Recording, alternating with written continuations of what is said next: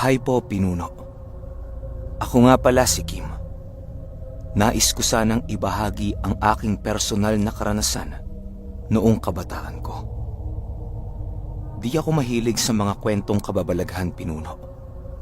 Pero lubos akong nahumaling sa kwento mo dahil sa binibigyan mo ito ng buhay na halos nakakasama na ako sa paglalakbay ng bawat karakter sa kwento. Sa pagkakatanda ko, Pinuno, taong 2007 naganap ang pangyayaring ito. Sa isla ito ng Tablas, Pinuno, malapit sa Romblon.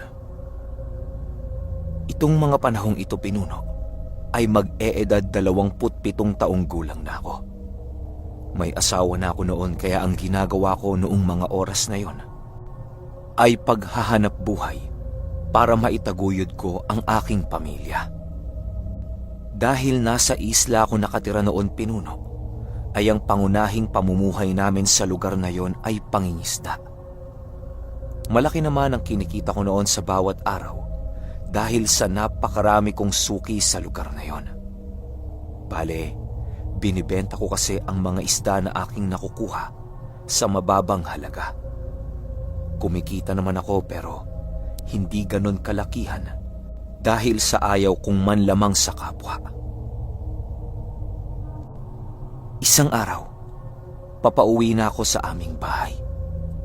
Pagod na pagod ako noong mga oras na yon dahil sa hindi nakasama ang aking kaibigan sa pagpapalaot.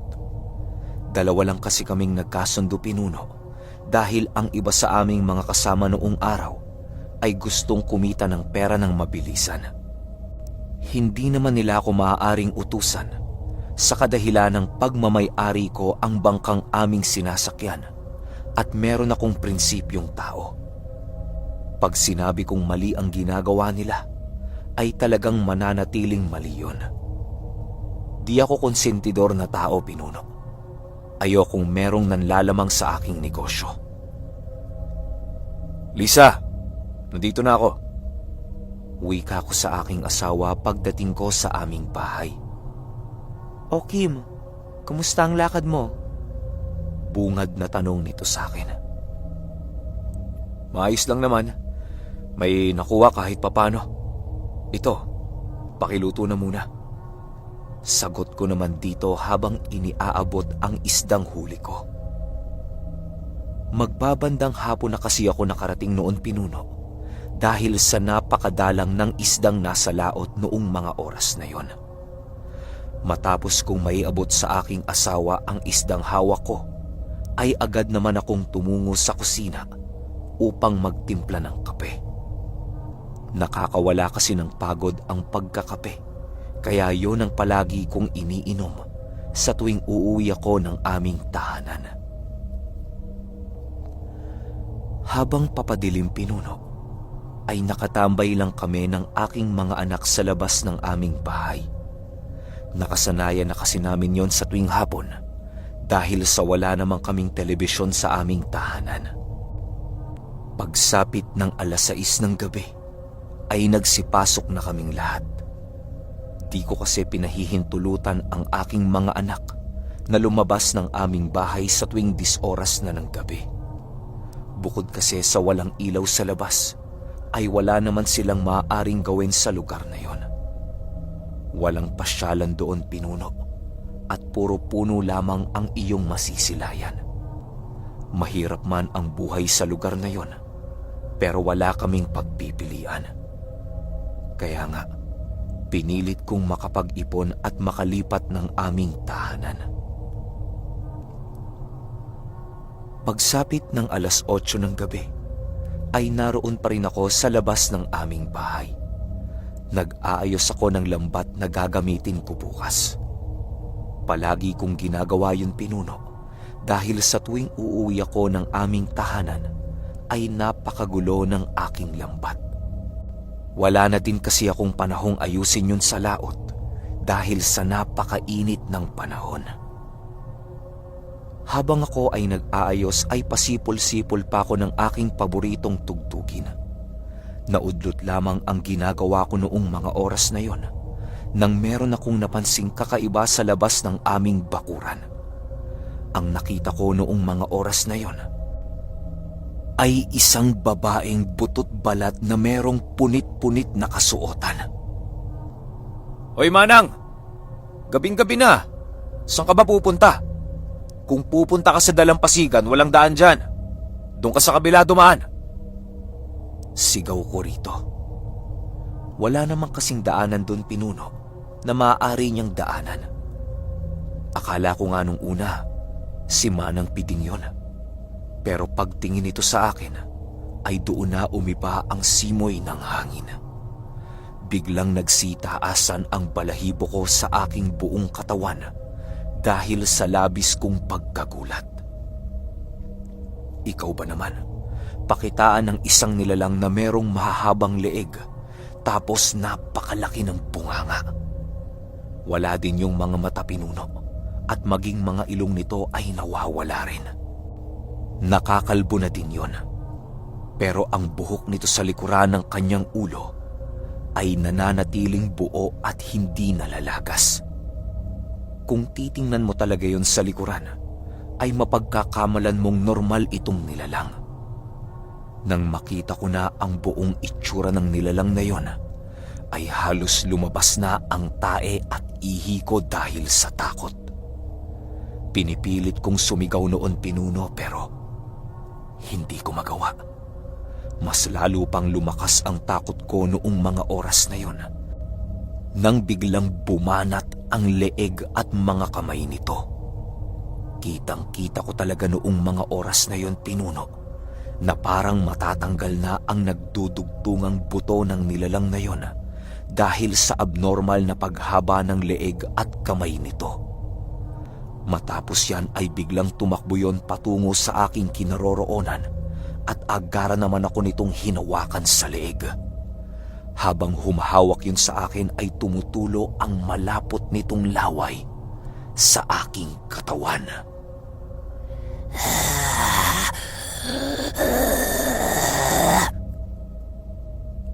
Ang tanging naririnig kong reaksyon sa nilalang na yon.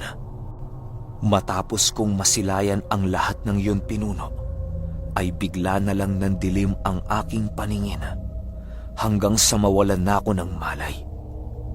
Paglipas pa ng ilang oras ay merong nagbuhos sa akin ng tubig na agad ko namang ikinagising.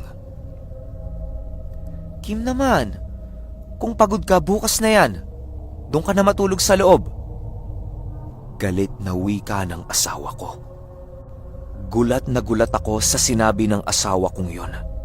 Animoy ang lahat ng nakita ko noong mga oras na yon ay panaginip lamang. Pero kahit nakumbinsi na ako ng aking asawa na natutulog ako, ay hindi ko pa rin inalis ang pagdududang baka totoo ang aking mga nasilayan. Pagkaupo ko, Pinuno, ay agad kong sinipat muli ang unang lugar na nakita ko kung nasaan ang nilalang na yon. Maniwala kayo o hindi, kitang-kita ko pa rin ang nilalang na yon na naging isang anino at pumasok sa isang puno. Kinaumagahan, maaga pa akong pumunta sa albularyong taga-samin. Doon ay sinalaysay ko ang aking mga nasilayan noong mismong gabing yon. Ayon sa albularyo, na pinaglaruan lang ako ng nilalang na hindi nakikita. Maaaring ako lang ang napagdiskitahan nito dahil sa ako na lang ang nasa labas noong mga oras na yon. Magmula noon, Pinuno, ay hindi ko na muling tinangkapan na mag-ayos ng lambat sa labas ng aming tahanan.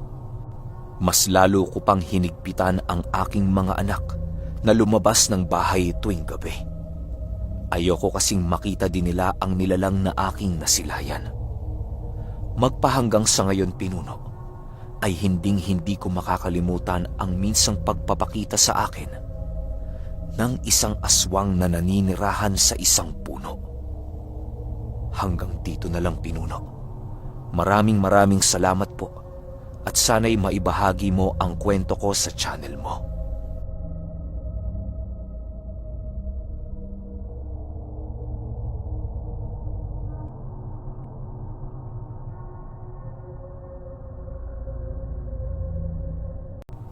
Hi, Pinuno. Isa ako sa tagapakinig mo. From Zambales. Itago mo na lang po ako sa pangalang Lynn. Hindi ako magaling sumulat. Pero sana magustuhan mo ang kwento ko. Karanasan ko ito nung mga panahong nagtatrabaho pa ako sa Maynila bilang isang account executive nung taong 2009. Nandito pa kasi ako noon sa Zambales nang matanggap ko ang balita na natanggap nga ako sa trabahong yon. Lumuwas ako ng Maynila. Naghanap ako ng mauupahang bahay at nakita ko nga ang bahay na yon malapit sa trabaho ko sa Quezon City. 3 bahay na magkakahilera yon. Sa dulo ako. Sa gitna. Mag-asawa yung nakatira. Tapos buntis yung babae. Mabait naman sila. Bale, yung bahay Pinuno, nasa harap namin ay Chowking. Mataas yung pader nila. Tapos sa likod ng bahay ko Pinuno, may puno ng kaimito. Tapos yung mga bahay namin, yari lang sa kahoy. Yung bahay ko na inuupahan Pinuno, maliit lang pero may maliit na hagdan paakyat ng kwarto. Pero wala siyang pinto. Kasi pang-isahang tao lang talaga yung unit na yon. Tapos pagdudungaw ako sa maliit na bintana na may parang plastic na makapal na parang salamin. Ganon yung bintana. Makikita ko yung bubong ng kapitbahay ko. Unang gabi ko Pinuno, dun sa bahay na yon, wala naman akong naramdamang kakaiba. Pero nung pangatlong gabi na, ayan na.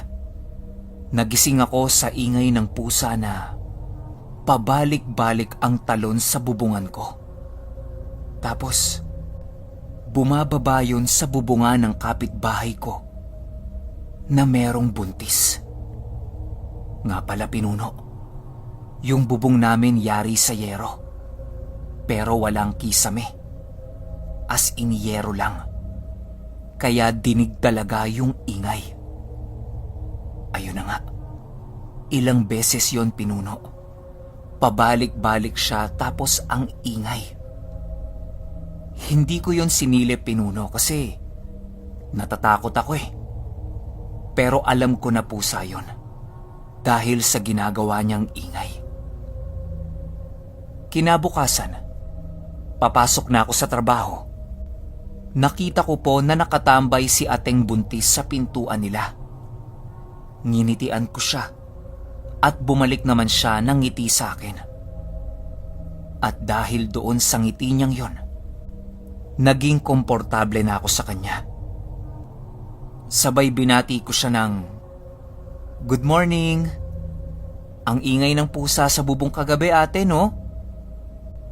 Sagot niya, "Oo nga eh."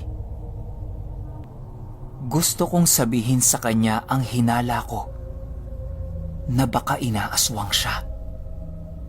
Pero hindi ko po magawa kasi nahihiya ako eh. Kaya nagpaalam na lang po ko na papasok na ako sa trabaho. Pag-uwi ko po, ganun na naman ang gabi namin. Hanggang makalipas ang ilang araw Pinuno. Papasok na ako ulit sa trabaho ng umaga nang makita ko ulit si ate. May kausap na babae. Siguro mga nasa 40 anyos ang edad nun. Pangalan niya po ay Ate Marlene. Si Ate Marlene po pala ay isang mangtatawas. Pinakilala ako ni Ateng buntis sa kanya nung araw na yon. Kaya nalaman ko na mangtatawas siya. Ang sabi ko, "Bakit ganun ate? May nararamdaman ka bang hindi maganda?" Sagot niya, "Oo eh, kasi yung pusa na bumibisita sa atin dito tuwing gabi, feeling ko hindi na normal. Inaaswang nga daw ako, sabi ni Ate Marlene. Yun nga din ang hinala ko, ate. Sagot ko. Nahihiya lang akong sabihin kasi Maynila to. Baka pagtawanan mo lang ako. Sabi niya.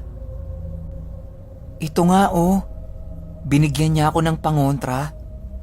Sana mamayang gabi, makatulog na tayo ng maayos, no? Kinagabihan nga, Pinuno. Walang gumambala sa amin. Yun yung unang gabi ko doon na nakatulog ako ng diretsyo. Pero dumating ang isang araw na ako naman ang nagambala. Pero ibang nilalang po ito, Pinuno. Naliligo ako nung mga oras na yon. Mga 6:00 pa lang ng hapon. Kakauwi ko lang noon galing ng trabaho. Yun kasing CR ko. Nasa labas. Habang naliligo ako, Pinuno, naririnig ko yung inuupahan kong bahay na parang may naglalakad. Ang bigat ng hakbang. Dahan-dahan pero mabigat. Hindi ko na lang pinansin kasi hindi naman ako nagtagal. Inisip ko na lang, baka mga anak yon na binata nung landlord ko. Baka may tinitingnan lang o inaayos. Pero naulit po ulit yon, Pinuno. Sa pagkakataong yon, mga bandang 8:00 na ng gabi. Kasalukuyan akong nakahiga at nakikinig ng music habang nagpapaantok. Nang may biglang tumalon, sabay padabog na naglalakad. Natakot ako kasi pakiramdam ko masisira na yung bubong ko. Lumabas ako ng bahay at pumunta sa bahay ng landlord ko para sabihin ang nangyari. Chinek nila, kasama yung 3 anak niya na binata. Wala naman silang nakita sa likod. Ang sabi nila sa akin, baka mga kabataan yon na nagnanakaw sa Chowking. Bago ako bumalik sa inuupahan kong bahay, ang sabi ng landlord ko, sige, ganito na lang. Kunin mo yung number ko, Lynn. Para kapag may nararamdaman ka ulit, tawagan mo ako. Kinuha ko nga ang number ni landlord, Pinuno, at naglakad na ako pabalik sa bahay.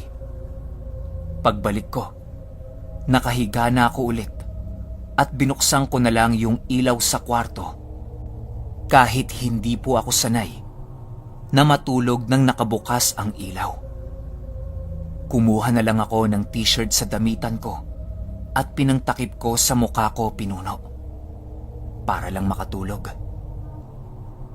Kinabukasan, nakapasok naman ako sa trabaho.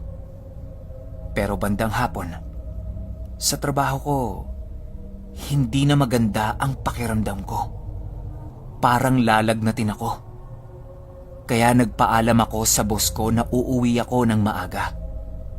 Pinayagan naman ako, gawa ng halatang halata sa itsura ko na nagchichil ako at inaapoy na ng lagnat.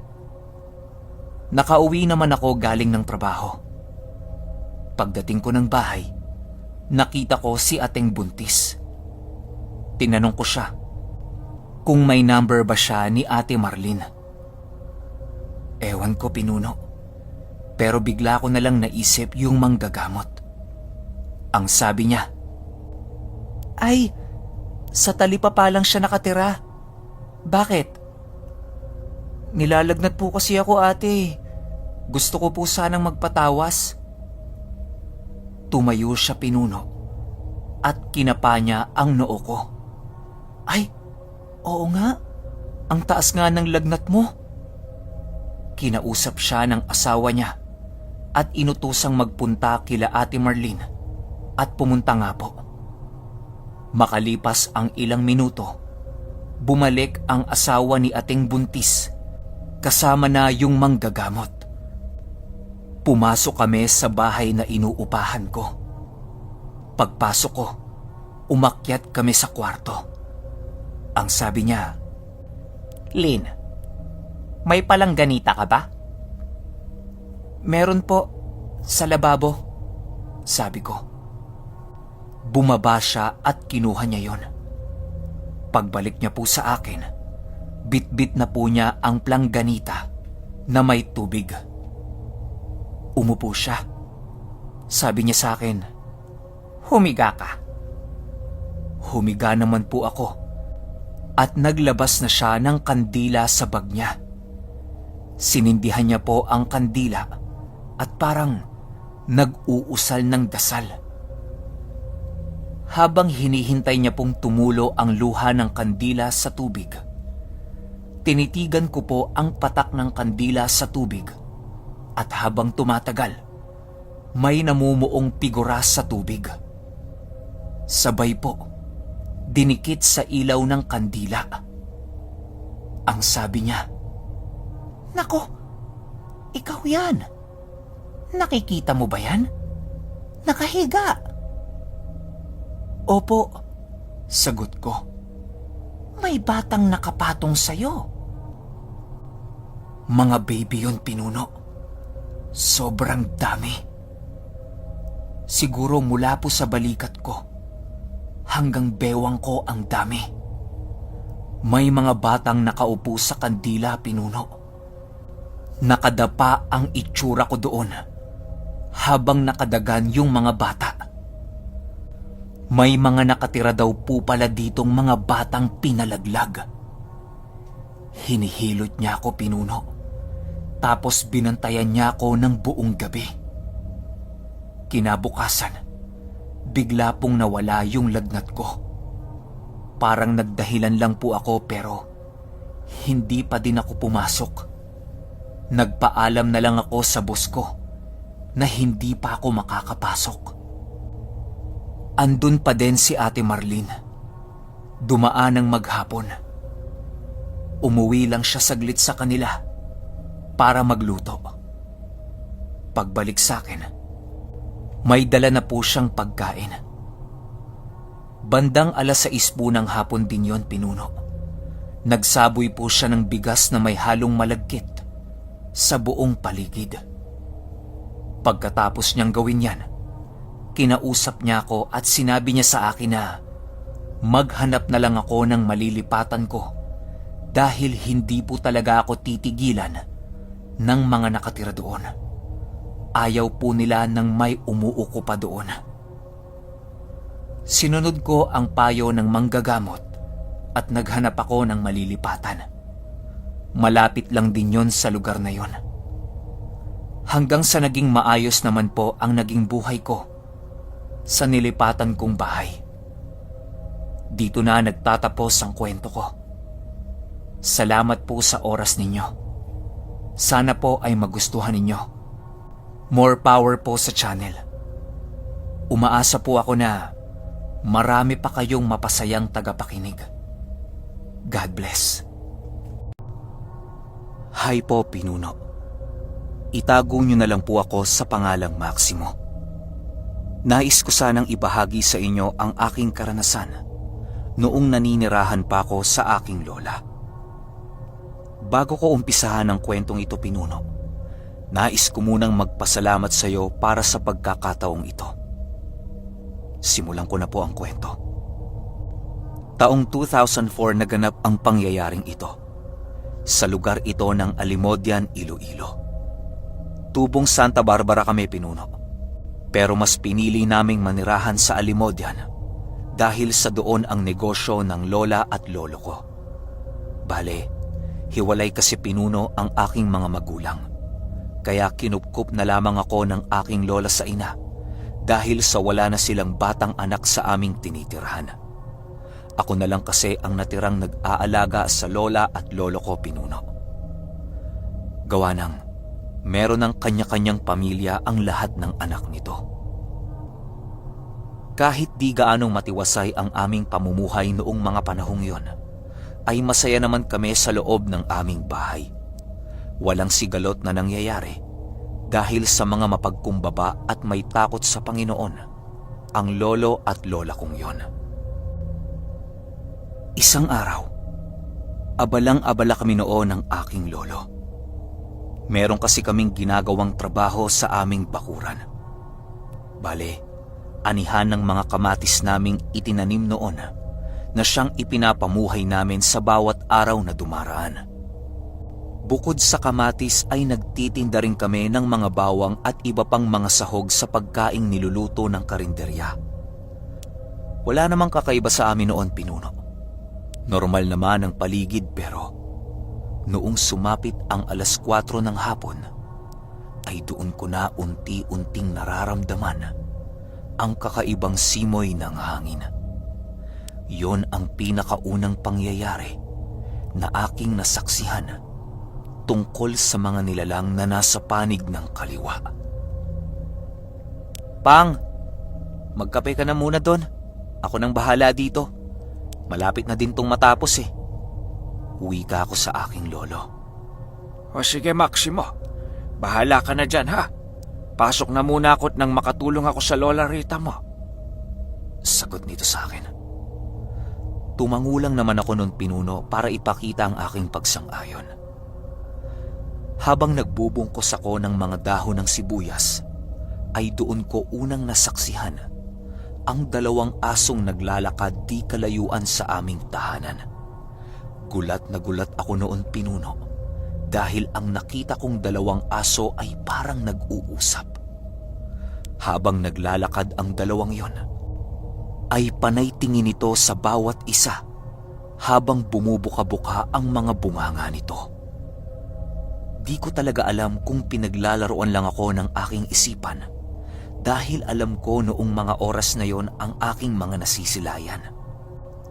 Tinititigan ko lang ang 2 asong yon hanggang sa di kalaunay na sipat ako ng mga ito. Nang makita ako ng 2 asong yon, ay agad ko namang ibinalik ang aking paningin doon sa aking ginagawa. Nagpanggap ako na hindi ko sila nakikita. Hanggang sa pagbalik ko ng tingin sa 2 asong yon, ay doon ko nasilayan ang 2 babaeng matanda na nakatitig sa akin. Kulukulubot na ang mga balat nito na animoy malapit ng mamatay. Ang ipinagtataka ko lang sa matandang yon ay ang paglakad ng mga ito na para bang hindi sila matanda. Nang inalis na nito ang paningin sa akin, ay dali-dali ring naglakad ang mga yon na siyang labis kong ikinagulat. Isipin nyo, nasa bandang 90 na ang edad ng mga yon, pero nakakaya pa ring maglakad ng mabilis. Hindi pa nakabaluktot ang buto nito sa likod na naging palaisipan rin sa akin. Alam ko kasi, Pinuno, na kapag nasa ganong edad na yung tao, ay bumabaluktot na ang mga buto nito na siyang nagiging sanhi upang maging kuba ang mga matanda ng konti. Nang matapos na ako sa aking ginagawa, ay dali-dali rin naman akong pumasok sa aming tahanan upang samahan ang aking lolo't lola sa kanilang pagkakape. Ipinagsabi ko yon sa kanila, Pinuno, pero tinawanan lamang ako ng mga ito. Di ko na yun pinansin hanggang sa nagkwento sa akin ang aking lolo tungkol sa aking mga nakita. Ayon sa kanya, na hindi ako pinaglalaroan ng aking mga mata dahil sa totoo ang aking mga nakita. Ang 2 matandang yun, Pinuno, ayon kay lolo, ay hindi yun tinatamaan ng sakit. Bago pa mag-umpisa ang pangalawang digmaan, ay nasa edad 20 na ang mga yon. Dagdag pa ni lolo, nakasabayan nila ang 2 matandang babaeng yon doon sa Santa Barbara. Hindi naman ito nanggagambala ayon sa lolo ko. Pagsapit ng gabi, Pinuno, ay inutusan ako ng aking lolo na bumili ng suka sa isang tindahang merong kalayuan sa aming tinitirhan. Nag-iisang tindahan lang yon, Pinuno, kaya wala akong magagawa kung hindi ang tunguhin ito para makabili ng suka.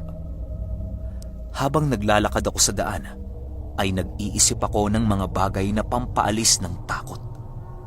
Nakakatakot kasing lumabas doon, Pinuno, sa tuwing sasapit na ang gabi. Bukod sa walang mga ilaw sa kalsada, ay napakataas pa ng mga talahib sa lugar na yon. Nang makarating ako sa tindahan, ay agad din naman akong naglakad pa uwi upang hindi na abutin ng lalim ng gabi sa daan. Ilang minutong paglalakad ay nasisipat ko na ang aming bahay.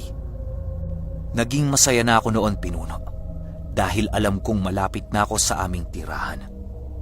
Nang akmang tatakbo na ako, ay bigla akong nakakita ng isang kalabaw na nakaharang sa daan. Napatigil ako ng panandalian, Pinuno, dahil ang nakita kong kalabaw noong mga oras na yon ay ibang-iba sa normal na kalabaw. Meron itong 2 buntot, tapos namumula ang mga mata nito. Pagtitig nito sa akin, Pinuno, ay nag-akma yung susugod papalapit sa akin. Napaihina ako noong mga oras na yon sa aking salawal dahil sa sobrang takot.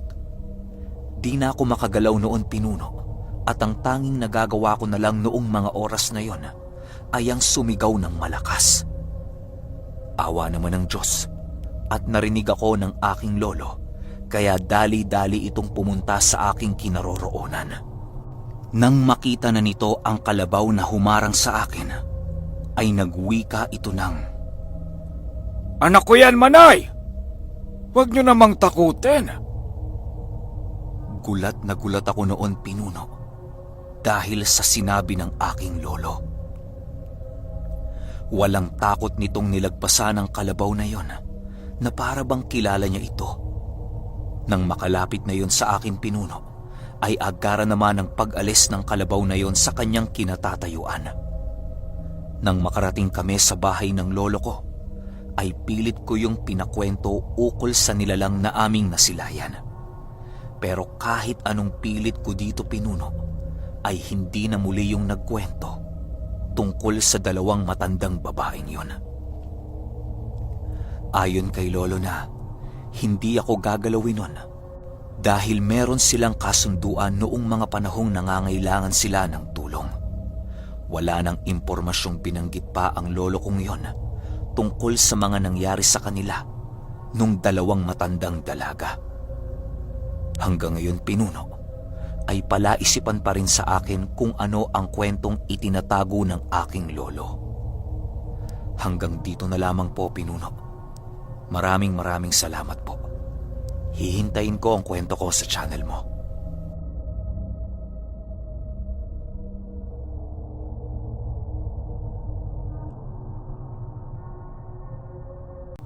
Good day, Pinuno. Ito na sa wakas.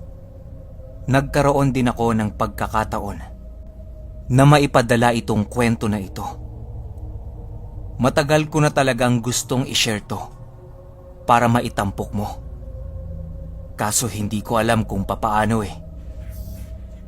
Mabuti na lang nag-post ka sa Facebook about sa side channel mo at email na pwedeng pagsenda ng kwento.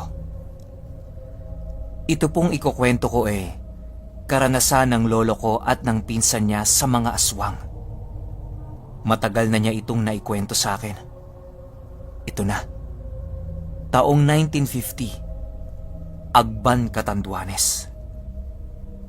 Yang mga taon na yan, Pinuno, nasa edad 17 yung lolo ko na si Lolo Bador.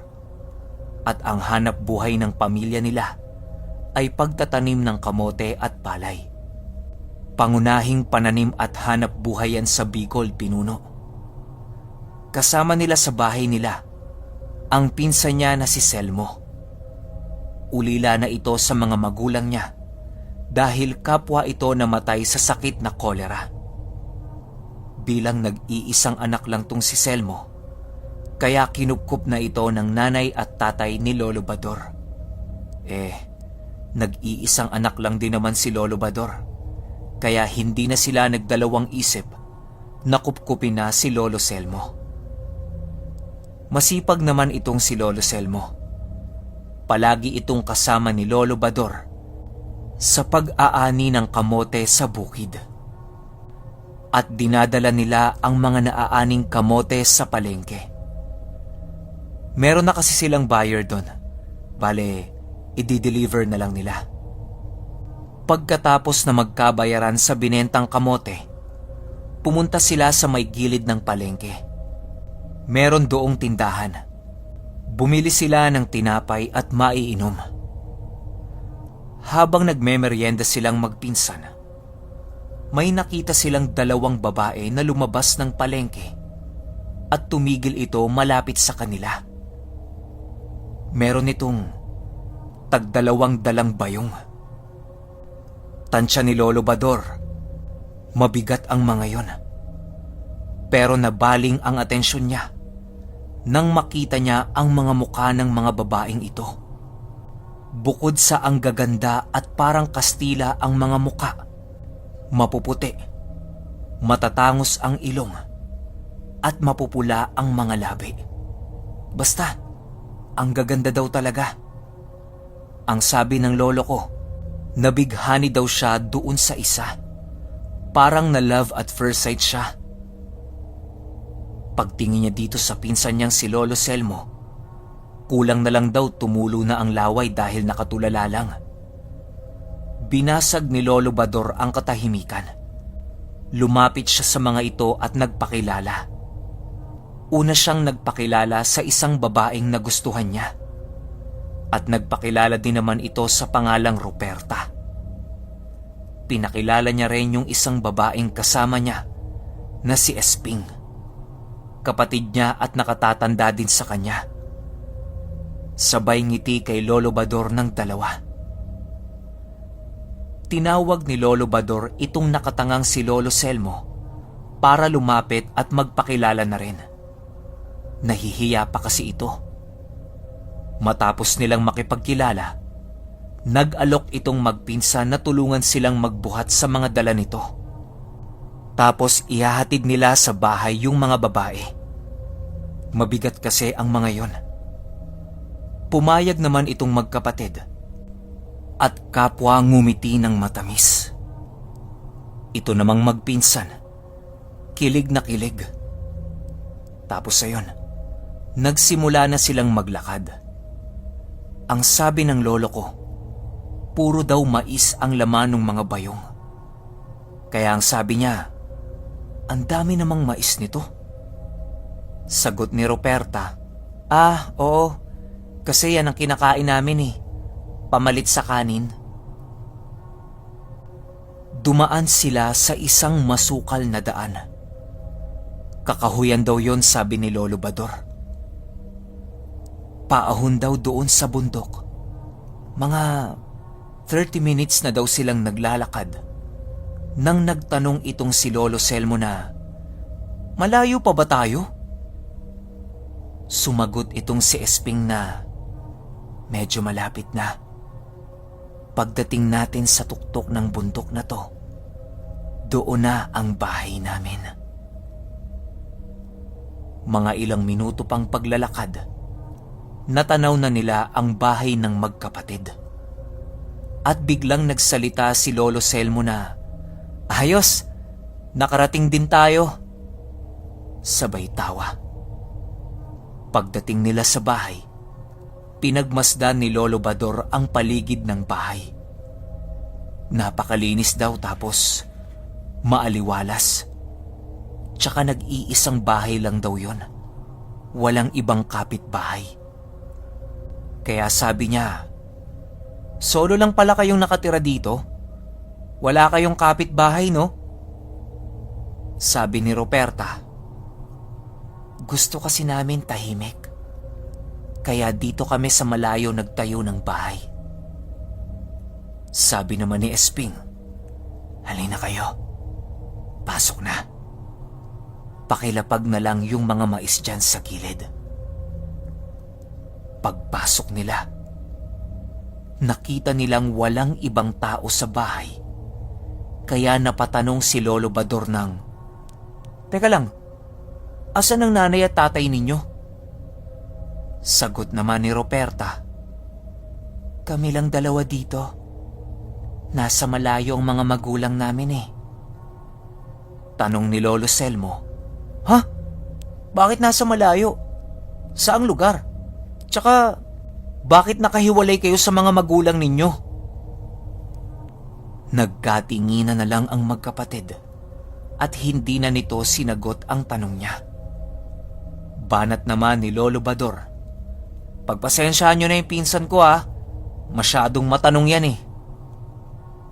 Ngumiti naman ang magkapatid at pumasok na si Esping sa kusina. Habang binigyan naman ni Ruperta ang dalawa ng upuan para makaupo ang mga ito. Ang sabi ni Ruperta, "Sandali lang ha, maghahanda lang ng merienda yung kapatid ko. Nakakahiya kasi sa inyo eh. Napagod kayo magbuhat. Mapamerienda man lang namin kayo." Mga ilang minuto pa, lumabas na itong si Esping galing kusina at may dalang isang platong nilagang itlog at 2 baso ng juice. Sabi nito habang nakangiti, "Kain na muna kayo." Habang kumakain yung dalawa, inalok nila yung magkapatid na, "Kain din kayo. Saluhan nyo kami, ang dami nito oh." Sagot naman ni Esping, "Sige na, ubusin nyo na yan. Busog pa naman kami." Tanong nitong si Lolo Bador, Marami ba kayong alagang manok? Dami kasi nitong itlog eh. Pero parang wala naman akong nakitang manok sa labas. Tahimik naman ang paligid. Sabi ni Ruperta, Wala kaming alagang manok. "Bumibili lang kami ng itlog sa palengke." Ang sagot na lang ni Lolo Bador, Uminom itong si Lolo Bador nung juice na hinanda para sa kanila. Pag-inom niya, lasang passion fruit. Yung wild na prutas. Pero may nalasahan din siyang malansa. Lasang dugo. Sinarili niya na lang yon at hindi na niya sinabi. Baka kasi ma-offend tong magkapatid eh. Sabihan pa siyang maarte. Kaya hindi niya na lang inubos. Hinati na lang niya yon. Napansin niya rin na hindi rin naubos yung juice ni Selmo. Baka nalasahan din ito yung lasang dugo. Humingi itong si Lolo Selmo ng asin kay Esping. Ang sabi niya, "Pengi naman ng konting asin oh." Pero sagot ni Esping sa kanya, "Hindi kami gumagamit ng asin." Banat naman itong si Lolo Bador, "Ano ka ba? Nakakahiya oh. Kumain ka na lang." Patuloy na lang silang kumain hanggang sa naubos nila yung itlog. Kasi habang tumatagal daw, yung pagkain ni Lolo Bador sumasarap daw yung itlog. Umiiba daw yung lasa, parang lasang gatas daw. Basta ang linamnam. Ito rin daw si Lolo Selmo sarap ng kumakain eh. Nung una, natatabangan pa. Kaya siya humihingi ng asin. Pagkatapos nilang kumain, konting usap-usap, nagpaalam na daw silang uuwi na. Kasi hapon na yun eh, mapapagalitan sila. Pagtayo daw nitong si Lolo Bador, sabay daw humangin tapos nakaamoy daw siya ng amoy dugo. Malansa. Kagaya nung naamoy niya sa juice niya. Pero hindi na lang daw niya masyadong pinansin. Baka daw kasi nagkatay lang o pinaghugasan ng isda. Pagkatapos nun, nagpaalam na silang maglalakad na papauwi. Ang sabi ni Ruperta, "Balik na lang kayo dito pag gusto ninyo ha." Sabay ngiti naman itong dalawa. Tuwang-tuwa at sumagot na, "Oo, dadalaw kami." Habang naglalakad sila papauwi, Nagkukwentuhan silang magpinsan tungkol doon sa dalawa. Ang sabi ni Lolo Bador, ang ganda talaga ni Ruperta. Sa akin yun ha. Sa'yo si Esping. Sabi niya kay Selmo. Sagot naman ni Selmo, sino pa ba? Siyempre si Esping. Sa'yo na si Rupeta eh. Nang nakarating sila sa bahay nila, magdidilim na. Pagbungad nila, tanong ng tatay ni Lolo Bador, Oh, bakit inabot yata kayo ng dilim ngayon? Dati hindi naman ah. Asa na ang pinagbentahan ng kamote? inabot ito ni Lolo Bador. Maghilamos na kayo at magbihis. Kakain na tayo. Singit ng nanay niya.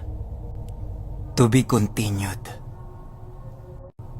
Pero ang sabi ni Lolo Selmo, busog pa po ako. Ako din po, busog pa eh. Sabat ni Lolo Bador.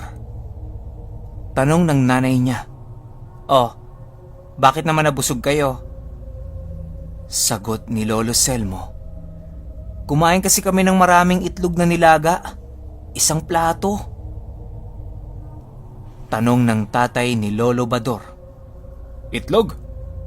Saan kayo kumuha ng nilagang itlog?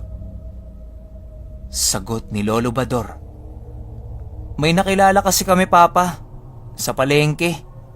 2 babaknit pagkaginarayon. Salitang Bicol yan, Pinuno. Ibig sabihin ay babae na magaganda. Nagpakilala kami tapos inalok namin na magbubuhat ng mga daladala nilang mais. Yun, hanggang sa bahay nila tapos pinagmeryenda kami ng itlog. Tanong ng nanay niya, saan naman ang bahay nila? Doon ho sa tuktok ng Bundok Abaka. Bundok Abaka ang tawag doon sa bundok, Pinuno. Kasi maraming abaka doon. Alam yung bundok na yan ng mga taga-Agban. Sabi ni Selmo, liligawan namin sila, tiya. Ang gaganda eh. Swerte kami. Dadalawin nga namin lagi eh. Di ba, Bador? Kindat niya dito. Sabi ng tatay ni Lolo Bador, Bahala kayo kung manliligaw kayo. Mga binata naman kayo eh. Basta yung trabaho nyo, wag nyong pababayaan. Yun na nga. Tuwing mag-aani at magdi-deliver ng kamote itong magpinsan, dumediretso sila sa bahay ng magkapatid para pumorma. Meron silang pasalubong na pili, minsan saging, kamote, mga ganyan. Hanggang sa paulit-ulit nilang pagdadalaw sa 2 dalaga, napasagot na nila ang mga ito. Pero ang lagi daw pinapakain sa kanila, palaging itlog na nilaga at yung juice na lasang dugo. Gada pasyal daw nila, palagi lang ganon ang pinapakain sa kanila. Kaya nagsasawa na raw sila at tinatanggihan na nila minsan. Nagagalit daw yung mga yon pag hindi nila kinakain yung mga itlog. Kaya sapilitan nilang kinakain yon. Pero hindi talaga nila nauubos kasi nga sawa na eh. May oras pa nga raw na humingi na sila ng ibang merienda kasi ayaw na nila ng itlog. Nagalit daw yung magkapatid tapos pinaalis sila. Nagalit daw ang mga ito, kaya umalis na lang silang magpinsan. Nagpalipas daw sila ng 1 beses na hindi pumunta. At nung naisipan nila ulit na dumalaw, habang naglalakad daw sila, malayo-layo pa dun sa bahay, natanaw daw nila yung 2. Si Ruperta at Esping na nasa labas ng bahay. Hindi daw mapakali yung 2. Paikot-ikot sa bahay nila. Lalakad, tatakbo, na para naman daw walang direksyon na pinupuntahan. Tapos nag-aakma raw na magbababa ng mga salawal na parang natatae o naiihi. Na hindi naman nila magawa. Tapos lakad-takbo na naman. Paulit-ulit daw. Tumigil daw muna itong magpinsan at nagkubli sa puno para usisain ang dalawang babae. Hanggang sa naghubad daw ang mga ito ng damit pang ibaba at sabay tumae. Yung reaksyon ng dalawang magpinsan, gulat na gulat. Nagkatinginan pa nga daw sila. Ang sabi ni Lolo Bador, "Anong ginagawa nila?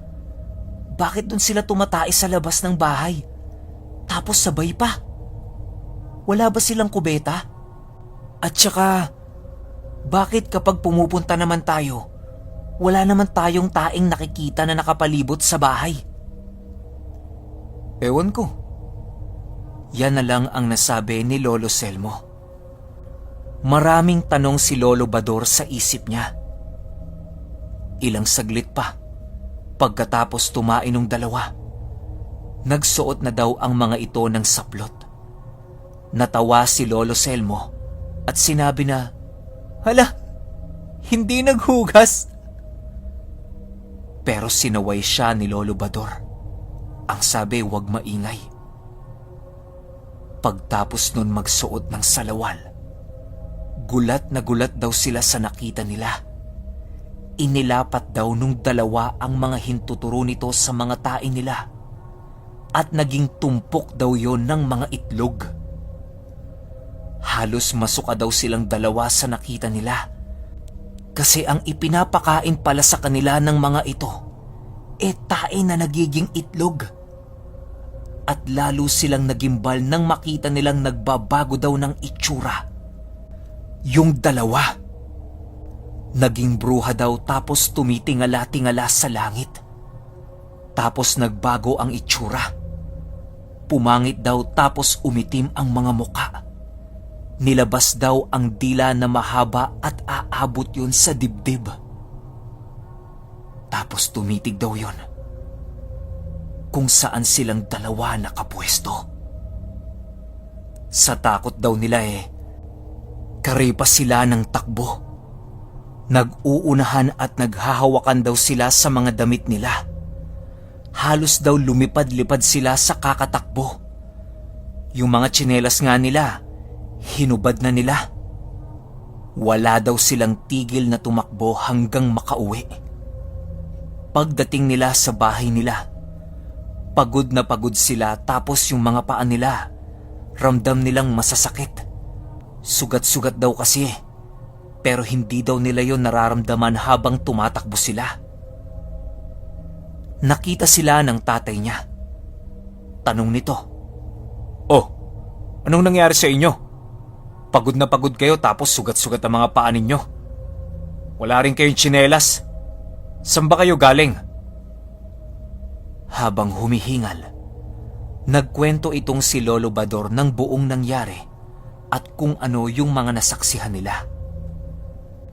Ang sabi nitong tatay niya, "Kaya nagtataka kami ng mama mo Dalawang magandang dalaga, tapos sa bundok nakatira, solong bahay pa. Parang hindi tama yon." Sabi nito, "Papa, ano kaya yung dalawang yun?" "Aba, ewan ko. Baka mga demonyo." Hindi naman kasi naniniwala ang pamilya ni Lolo Bador sa mga aswang, kaya wala silang konklusyon dito. Dumating na ang gabi. Itong dalawa, hindi pa rin mawala-wala sa isip nila yung nangyari. At habang ninanamnam nila yung sakit ng mga sugat nila sa paa, takot na takot pa rin sila. Hanggang sa nagyaya ng kumain itong nanay ni Lolo Bador. Habang kumakain sila, biglang nagkakakahol yung aso nila sa labas. Ang sabi ng tatay ni Lolo Bador, "Oh, may tao ata." Tapos narinig nila si Mang Urhe na tumatawag. Nabusesan kasi ito ng tatay niya. "Oh, Si paring Urhe pala eh. Selmo, buksan mo nga yung pinto. Malapit kasi sa may bandang pinto itong si Lolo Selmo, kaya siya ang nautusang magbukas. Pagbukas daw ni Lolo Selmo ng pinto, ang sabi nito, "Wala namang tao ah." Kaya ito daw si Lolo Selmo lumabas ng bahay. Tapos mga ilang segundo, bigla na lang itong sumigaw. Kaya nagsilabasan silang mag-anak para tingnan kung ano ang nangyayari. Nakita daw nila na may dalawang lumilipad. Ang lalaki daw ng pakpak tapos ang lakas ng pagaspas. Yung isa daw bit-bit na si Selmo. Nakasabit daw ang damit ni Selmo tapos inililipad pataas. Tapos yung isa naman daw, nakasteady lang. Lilipad-lipad lang ito sa itaas. Sa takot daw nilang mag-anak, pumasok sila sa loob ng bahay. Si Selmo daw nawala na. Hindi na nila naririnig na sumisigaw at humihingi ng tulong. Tapos nagsalita yung isang halimaw na, "Isusunod kita, Bador! Isusunod kita!" Paulit-ulit daw yun. Hanggang sa nagsidatingan daw yung mga kapitbahay na may mga dalang lampara. At itong halimaw nawala na. Wala na silang naririnig na pagaspas. Tanong nitong mga kapitbahay, anong nangyari? Bakit may sigaw ng sigaw? Tapos humihingi ng tulong. Wala daw silang masabi ni Lolo Bador. Kasi tulala lang siya. Pati yung mga magulang niya nga, hindi makapagsalita Nung nahimasmasa na sila, sinabi nila yung buong pangyayari. Nauna tumawag si paring Urhe. Tapos pagbukas ni Selmo, wala namang tao. Lumabas ito. Nagtagal ng ilang segundo. Pagkatapos bigla na lang nagsisisigaw. Tapos yun nga, may dalawang malalaki ang pakpak na daladala na si Selmo. Pagkatapos magkwento niyan, andun pala si paring Urhe ng tatay ni Bador. At takang tanong nito na, "Ha? Anong natawag? Hindi naman ako nagpunta dito. Hindi rin ako nagtawag. Kagagaling ko nga lang sa bayan Nagbenta ng abaka. Tapos bigla ko narinig na may nagsisisigaw dito. Kaya naman ako napatakbo papunta dito." Habang nag-uusap-usap yung mga tao, biglang may kumalabog sa may parteng bubungan ng kusina nila. Nagulat sila kasi ang lakas nung pagkakabagsak Nang tingnan nila kung ano yon, katawan ni Lolo Selmo, duguan, tapos butas ang dibdib. Konti na lang mapuputol na ang ulo nun. Yung balat na lang daw yung nakakapit. Wala na. Hagulgol na silang mag-anak tapos yung mga tao galit na galit. Dahil sa nangyari, may isang nagsabing aswang daw yun. Naalala ni Lolo Bador yung dalawang babae na nakilala nila. Hinala nila na yun yung pumatay sa pinsan niya. Kasi dalawa din yung aswang na kumuha kay Selmo. Kinuwento niya ang lahat ng detalye sa mga tao doon. At nag-usap-usap sila na kinabukasan, pupuntahan nila yung bahay nun. Grabeng pighati ang naramdaman nila sa nangyari kay Selmo. Nilinis nila ang bangkay nito at ibinalot sa kumot at banig. Bukas na bukas din ipapaanod nila yon sa ilog. Ganon daw kasi pinuno ang paraan ng paglilibing noong araw. Wala na daw embalsamo at ataul. Lalo pa at liblib yung lugar nila. Talagang yung mga namatay daw, ipinapaanod lang sa ilog.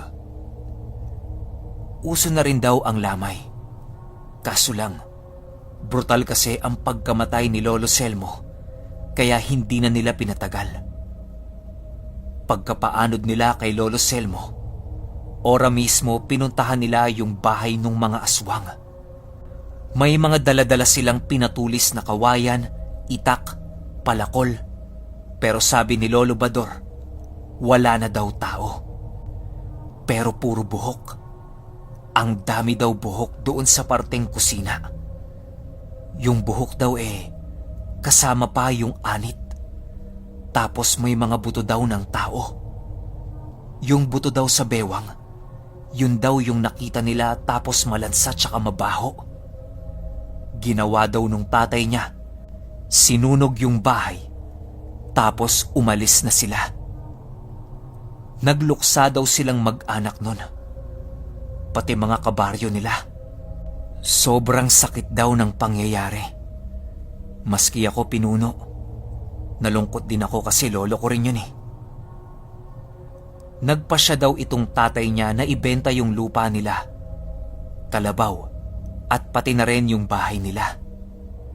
Pero yung sa bahay wala daw bumili, kaya hinayaan na lang nila. Matapos nilang ibenta yung ari-arian, umalis na sila ng Agban. Lumipat na sila dito sa Camarines Norte. At dito na nakapangasawa si Lolo Bador. Si lola ko, di ko na lang babanggitin yung pangalan. Hanggang ngayon buhay pa tong lolo ko. Hanggang dito na lang pinuno. Sana mapili mo tong kwento na to at ikaw na ang bahalang mag-title nito, pinuno. Salamat.